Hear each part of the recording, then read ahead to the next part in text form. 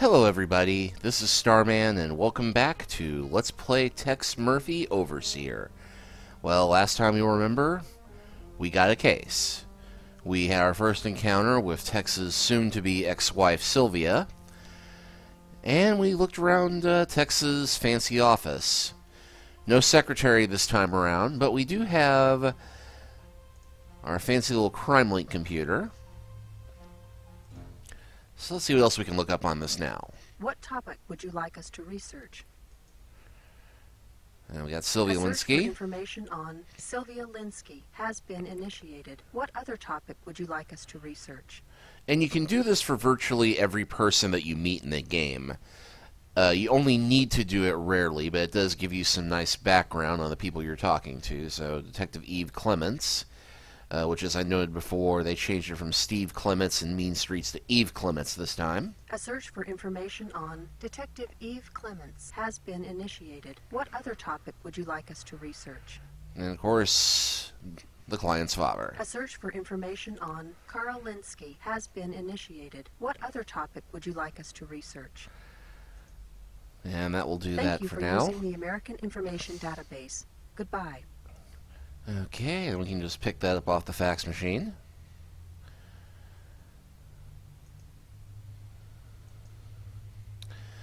Oh, so Carl Linksy, born 1977. Hey, that's a year before me. Brainerd, Minnesota. I wonder if that's an actual city. Brainerd, that sounds like a bad pun. University of Minnesota, 1999. Graduated Harvard Medical School, 2004. Graduated at Boston General. North Carolina 2011 to present. Married 2011.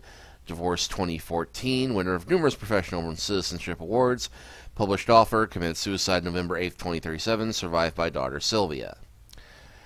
And while I may bag on the new interface a little bit, I do like how the inventory system just pops out like that.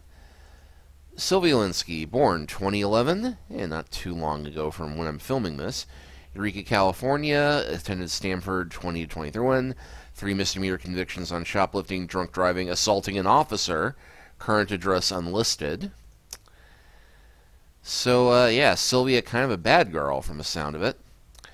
Eve Clements, born 1993, San Francisco, California, graduated Cal State, Santa Barbara with a criminology degree, joined SFPD 2018, numerous decorations, promoted to lieutenant in 2032. And yes, we still have our toy mouse and the PI rulebook. The Colonel told me this book was for idiots, but I found these words of wisdom to be both inspiring and instructive. Although we cannot actually look through the PI rulebook and see the many rules that Tex has listed off when he's died in the previous games. Okay, so here's our new travel interface, and we got 22 points so far.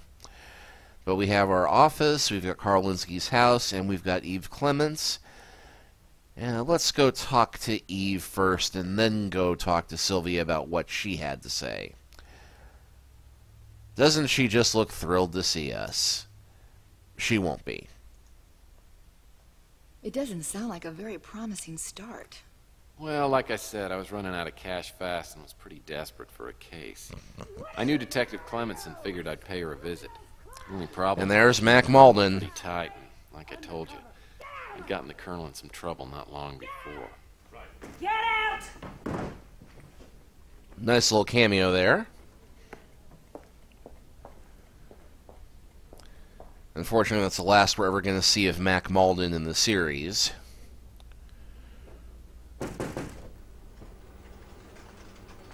busy? If it isn't Tex Murphy. It is.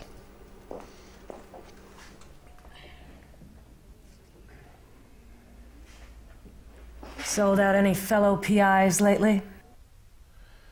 Listening good form, obliviously pleasant, play along. I guess you heard about the little tiff I had with the Colonel. You know it's bad form to engage in malicious gossip. We had a drink together a couple of nights ago. He said if I saw you, to be sure and tell you to go to hell. Okay, yeah, she was friends with the Colonel. That is not going to make this any easier. So yeah, take moral high ground, quick change of subject, laugh it up. And again, unfortunately, unlike the previous Tex Murphy games, the dialogue this time around doesn't really seem to change things or make things more difficult for you for the most part. Because again, they were trying to use the system here to try and show off the DVD-ROM technology and the Intel chip and how smoothly can make all this work. And truth be told, this is much smoother looking. The interface looks a lot better, more streamlined, but it does leave you feeling as a player like you're a little trapped on the railroad, so to speak. But thankfully, that does mean we can play around and get a lot more of the options without having to replay a lot. Not that I've done that much anyway, trying to show all the conversation options. But let's see how long we can stretch this out. You broke the law. You of all people should appreciate what I did. Officially speaking, you should have turned the Colonel in. Off the record, I wouldn't trust you to walk my dog. Any other animals? Tenderfoot Murphy, childhood dream. Well, would you trust me to walk your cat? Sure. I hate cats. Almost as much as Pansy P.I. is wasting my time. Play the martyr, up the tempo. Okay. I'm total scum, vermin, a role model for all the total losers of the world. Now, can I please ask you a few questions? Give me one good reason why I should do any favors for you. Absolute Fabio, resort to charity, resort to the good book. This will not end well. Because you're an extremely beautiful woman, and I'm desperately in love. That's not gonna work. Resort to charity. Listen, I just went into business for myself, and I'm kind of relying on people like you to help me out. All right, Murphy. You're just lucky you caught me in a charitable mood. But be quick about it. The other bit will work too. You can just wind up saying, because you're a good Christian woman and I need help.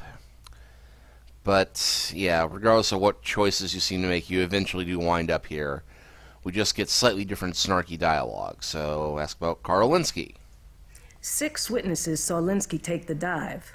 Their stories matched up and they all checked out. And they all ID'd Linsky. Not exactly. None of them were close enough to make an absolutely positive ID, but they described his general appearance, build, and clothing. Body wasn't found for a couple of days. Wasn't in the best shape when we fished it out of the bay. But we were able to make an identification using the personal effects found on the body. Doesn't sound that good, does it? Coroner said the cause of death was drowning. No other injuries. Though there was a scar back here. Linsky probably had surgery done recently. That's all.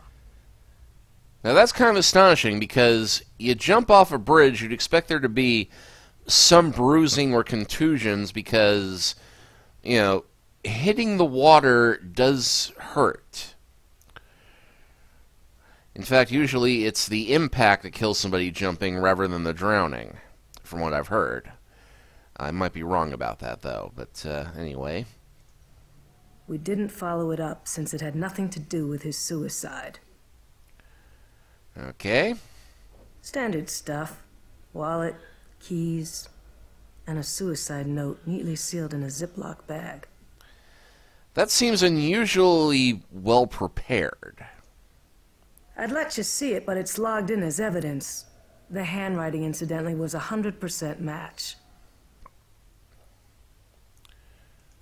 I'm willing to help you out because you're just getting started in the business.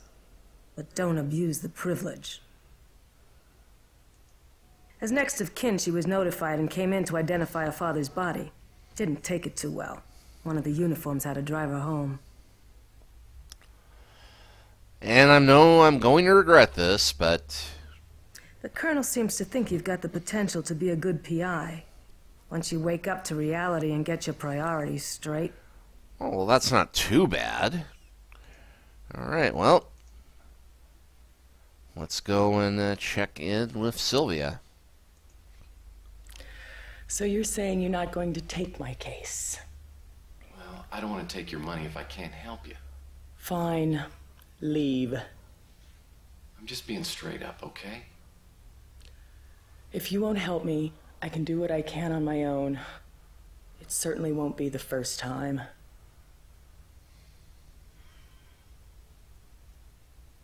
I charge $400 a day plus expenses. I have $1,000. If you can prove it wasn't suicide, I'll give you $10,000 later. It's a deal. Now you're gonna need to tell me everything you know so I can get started.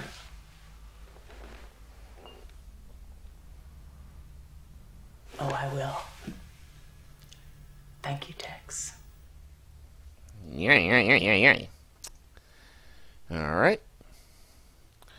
Start with Carl Linksy. Why don't you think your father would commit suicide? He never would have considered it. He took good care of himself, and he often told me he was going to celebrate his 100th birthday by going skydiving. Naked. Well, do you know anybody who'd want to see him dead? No. No one. Everyone liked him. He was a kind man. I know the police confirmed that the note was in my father's handwriting, but it doesn't matter. I know it had to be a forgery. My father mentioned that he had had surgery performed, but he said it was minor and didn't say any more about it. Okay. Detective Clements said you didn't pick up your father's personal effects. I really don't remember much after they asked me to identify the body. An officer drove me home, and I haven't gone back. Well, they won't release the personal effects to me, and I'm hoping I'll be able to go through them so I can see if there's any kind of lead. When we're done, I'll go pick them up and meet you back here. Alright. She wasn't very friendly or helpful. I think she already made up her mind about my father's death. Yeah, that's a fair assessment. All I want to do is find out the truth about my father's death. I found a scrap of paper here with the address to your office written on it, no name. If my father didn't contact you, he must have gone to see someone else who works in your building. Before I came to see you, I checked the directory in the lobby, but didn't recognize any of the names. Okay, that's curious.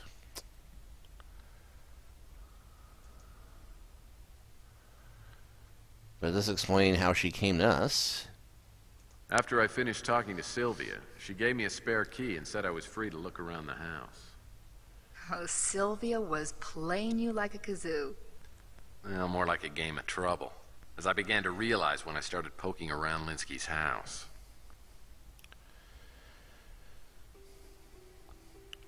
And, yeah, another nice little environment here.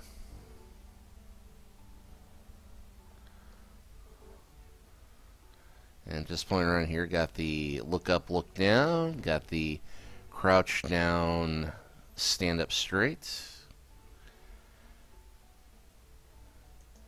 And we can't click on the ceiling fan, but that's a very nice effect, that turning around there.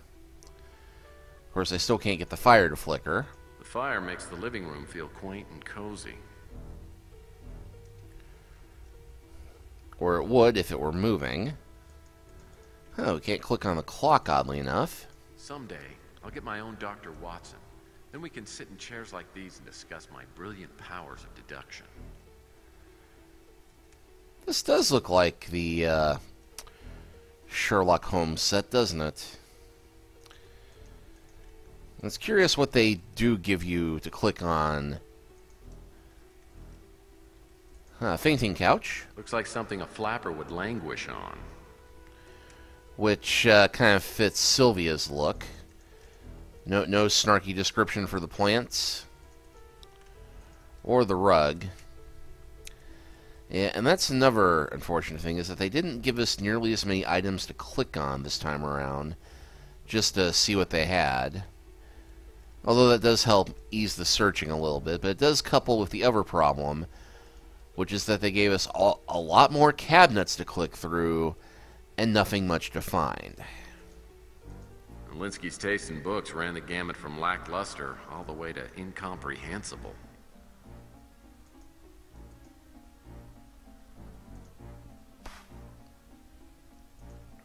This must lead to the bedroom. Well, we'll go in there in a moment. We'll finish checking this out Looks like something a first. flapper would languish on.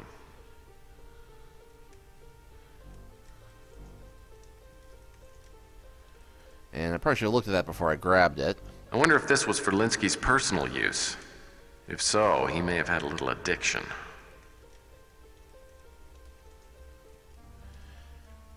Okay, well, we discarded that immediately, so apparently we didn't really need that. I'm no expert, but I'd guess that's a microwave. I don't think there's going to be much to find in these kitchen cabinets.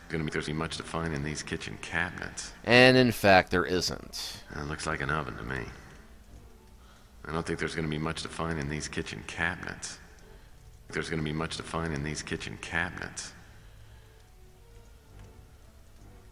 And we don't even get an option to look at the fridge, we just open it. Freezer's well stocked. Which does seem a bit odd for somebody who was planning to commit suicide and went through the trouble to write a note. Sheesh, even I know you don't keep bananas in the fridge. And those do look a little standoutish because we can pick them up. No particular reason why, but we can totally pick these up. Because we just feel like jacking bananas out of the fridge for no apparent reason and taking them with us. Alright, but all this stuff on the table I've been avoiding does stand out for a reason. The note reads, Blackjack and Dominoes. I wonder who this Blackjack is. Sounds like a pirate. Unless, of course, it refers to the number 21. But how does 21 tie to the dominoes? I've never been a fan of dominoes. I figured the time wasted playing dominoes could be time well spent playing a rousing game of Parcheesi. Well, this is in fact the first puzzle of the game, oddly enough. And Blackjack and dominoes and 21 horizontally, vertically, and diagonal. Maybe Linsky had some code number if the dominoes were placed in a special order of 21 in all directions. can we spell this out for you a little bit more? So, yes, the trick is that we are supposed to get a 21 in every direction on this dominoes game. And, again, the only real difference between the entertainment mode and the game player mode in this Tex Murphy game is that you get a timer in gamer mode and a limited amount of time. But most of the puzzles are still less punishing than the ones from Pandora Directive.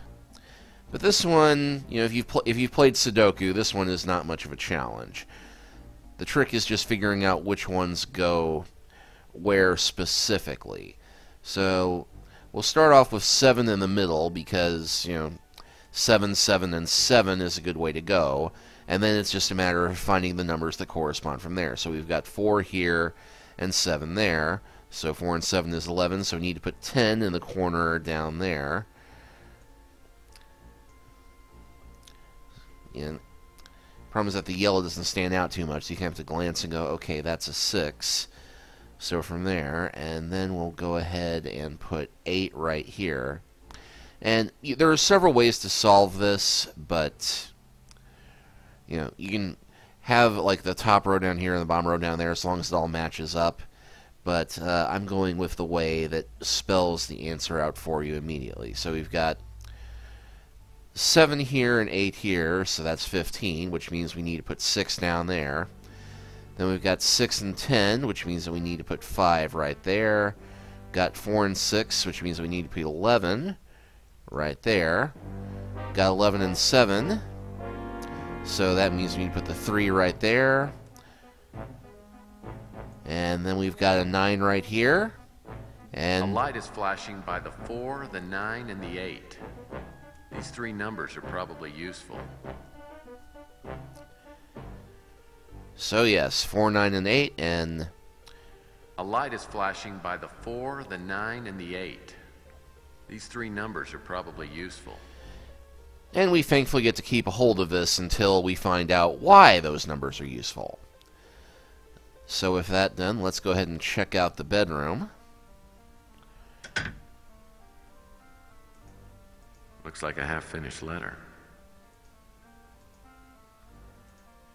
This photo certainly is an eyeful. Badum-tsh. Flowering trees in a fragrant meadow. This picture has to be really old. On account of World War III, in case you forgot that we're in a post-apocalyptic PI world. An armoire. One of the 9 French words I can pronounce like a native.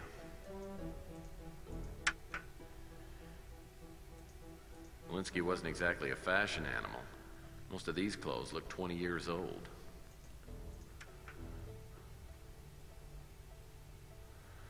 Aha, a trash can. Waste not, want not.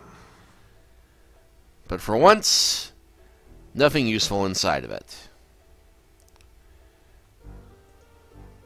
Cherry wood desk with praline trim. Yum.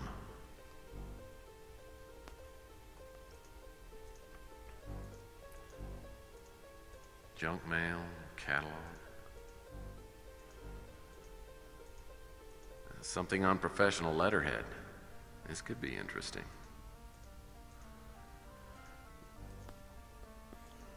Scrap paper, notepad. Yeah, Tech sounds as bored as digging through all these drawers as you will be by the time we're done with this. I wonder if Linsky's little black book could be green. I guess Linsky didn't plan on entertaining when he bought this bed. Shirts, pants, sweaters, nothing interesting. Underwear still in the package. Shirts, pants, sweat. That's a nice sweater. Thankfully, the interface is a little smoother Antique dresser. Nice quality. this time around, so we can open the drawers and look at things a little bit faster with just, one mouse click. Well, I still have to use the keyboard to handle most of the moving around. Armageddon never looked so picturesque. Nothing in there. There are only 31 pieces on the chessboard. Seems like an odd number.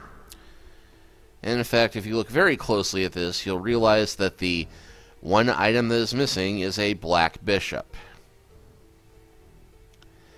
That may seem slightly familiar if you have been watching my videos as long as the Mean Streets Let's Play. Let's see what we just picked up. Let's see, Dear Jane note. It appears Carl Linksy was about to dump someone named Delores. Let's see, Dear Delores, I've decided that maybe it's best we don't see each other anymore. For everything that's going on in my life right now, I don't think I have the time or energy to maintain. So Linsky signed a book deal and wasn't delivering the goods. The question is, why? Yeah, let's see. As per the dates delineated in the publisher-author agreement, you provide the following on September 20th, outlining the manuscript, the first chapter.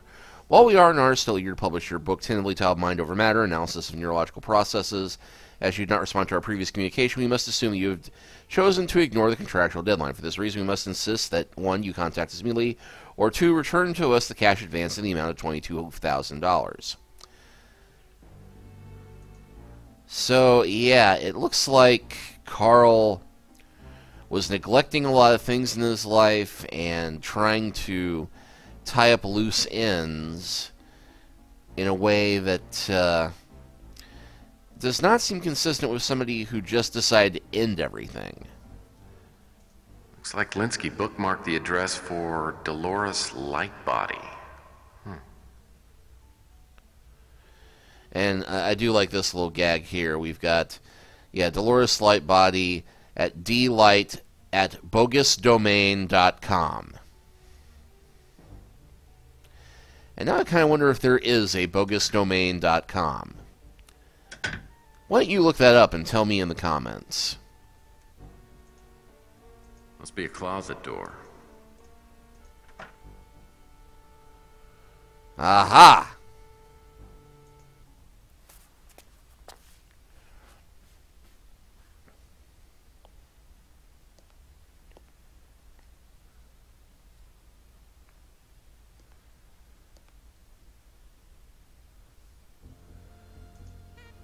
Oh, grandfather clock. Grandma Murphy always found the name sexist. Typical packing boxes.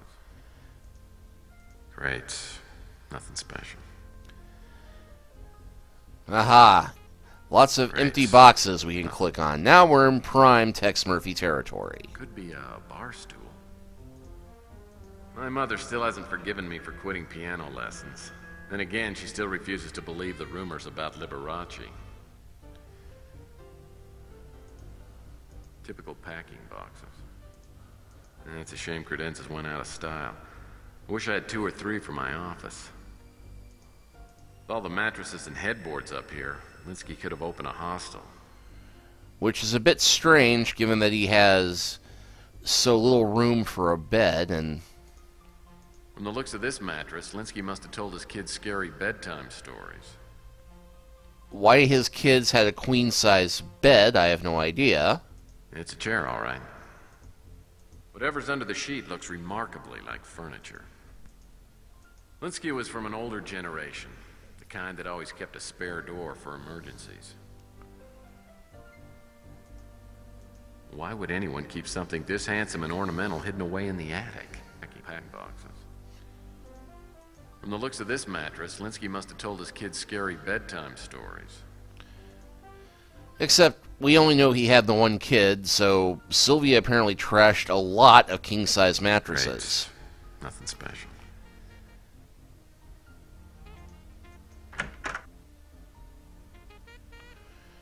Alright, apparently this was his study and office. Oh, a bunch of neurology textbooks. Intriguing. Some sort of light source. Oh, a bunch of neurology textbooks. They're in my head. They're in my head. Get them out. Get them out. Get them out. They're in my head. Oh, get them out. Oh, get them out. I can't take it any longer. Get them out. Get them out. What the hell was that all about? Well, in addition to being a nice nod to the first sound file you hear in the original Mean Streets, it's a clue that something was not right in Carl's head. Quite literally. Well, I bet no one thought to look up here for a pirate's chest. Yarr.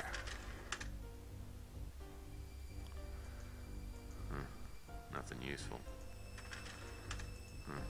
Nothing useful. Another empty drawer. Another empty drawer. A not empty drawer. Looks like somebody was having fun with crayons. Old college research papers. Still another empty. And Still another empty. Locked. Locked. I'll need to find a little something before I can open this. wow, even though that one is the only one to have a keyhole, everything else here is locked. I hope this is just a space heater. Nifty little air vent. Looks like a hubcap. Wastebaskets often provide leads. Not this one, however. Empty.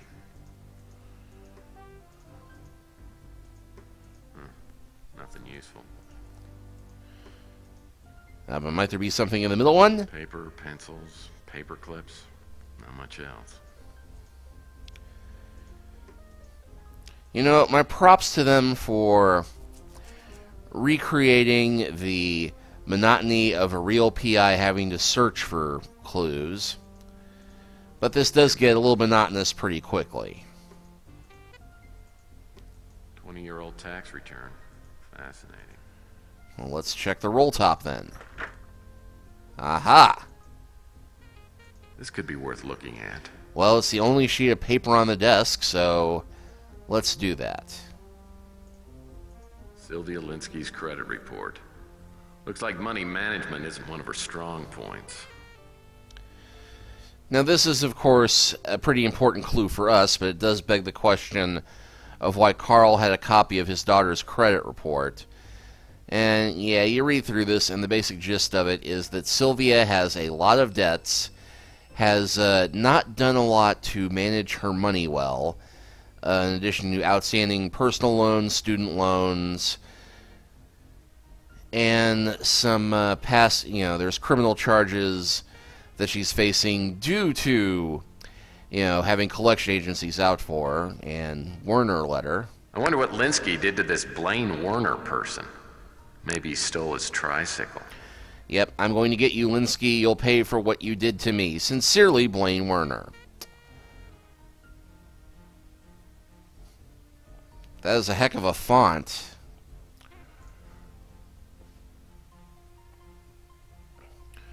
Well, that's all we can do here for the moment, and we have one new location, Dolores' house, and since we need to leave before we can talk with Sylvia again, and hey, our scores jumped all the way up to 97, we're going to go there next.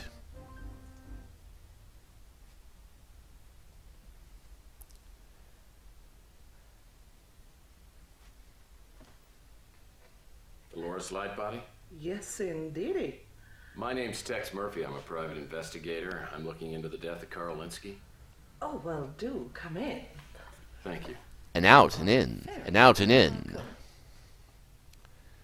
Well, this is certainly exciting. A real live PI. I love detective novels, you know. Is that right? I guess I've always had a certain fascination with private dicks.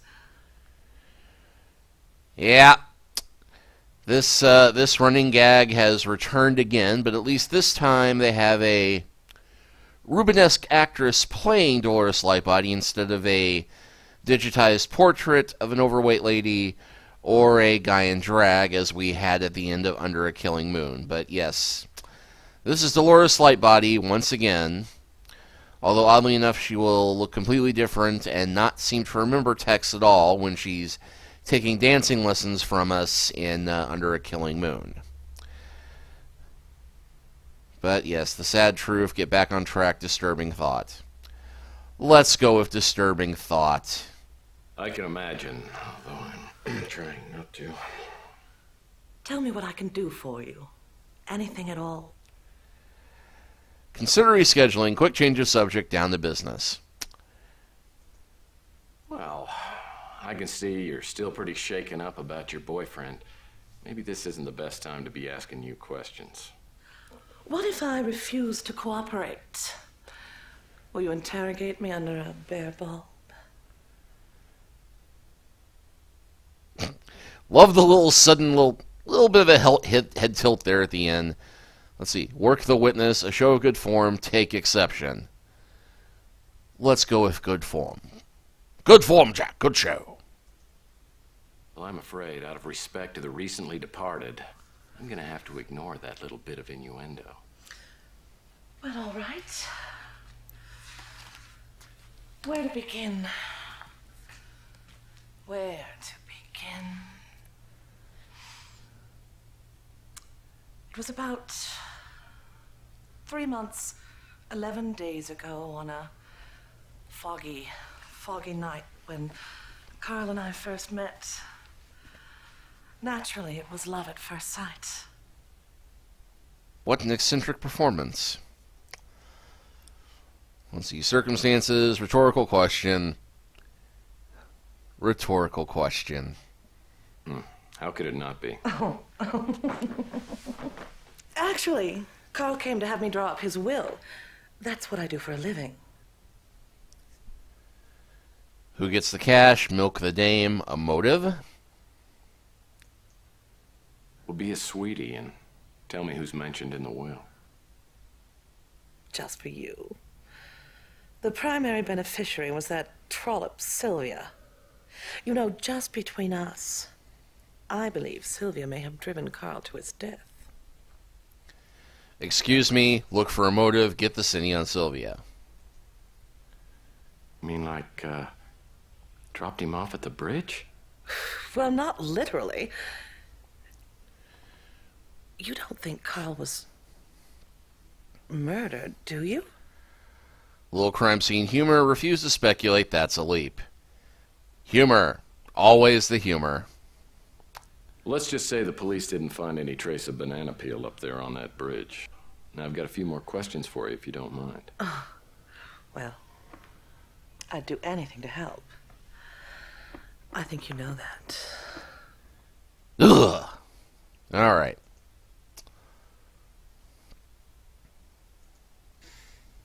I loved Carl desperately.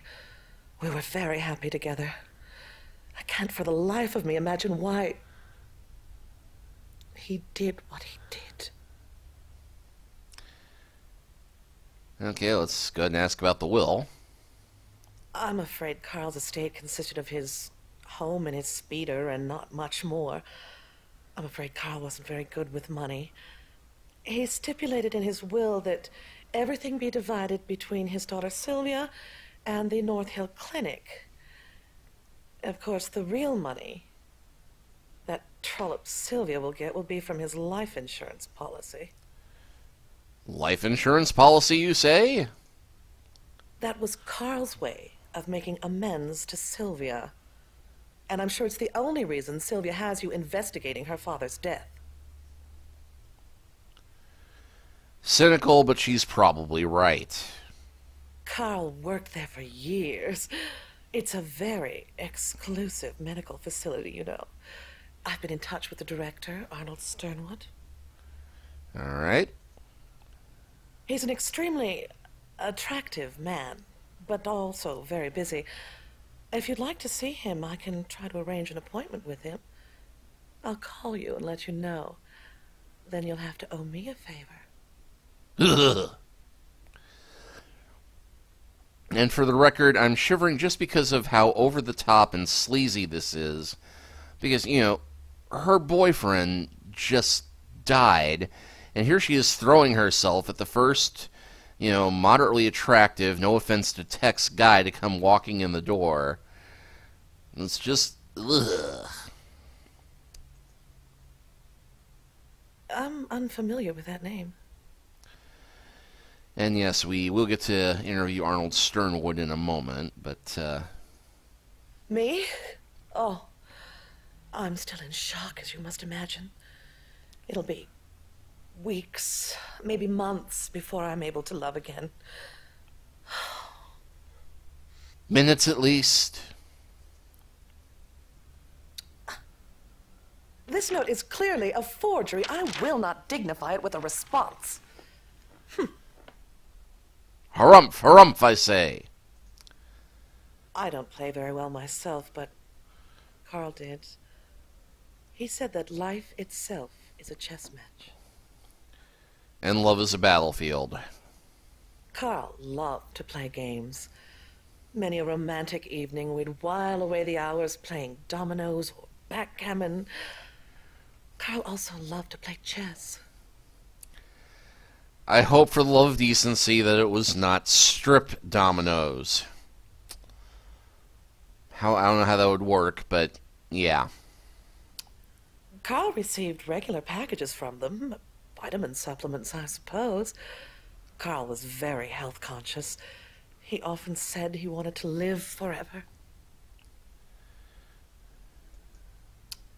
Carl received regular packages from them. Yeah, I think that was connected to the kit that we found on the counter in his kitchen. I can't really help you there. Carl's wife left soon after Sylvia was born. Oh, Carl did the best that he could, but he never felt that he'd done a very good job raising Sylvia. And she never appreciated her father.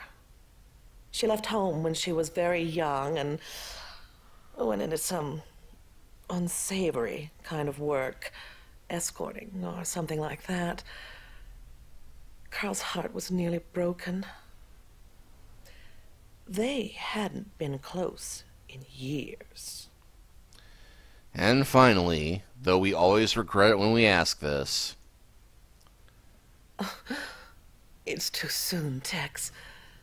Allow me to grieve first, and then we'll see what grows between us.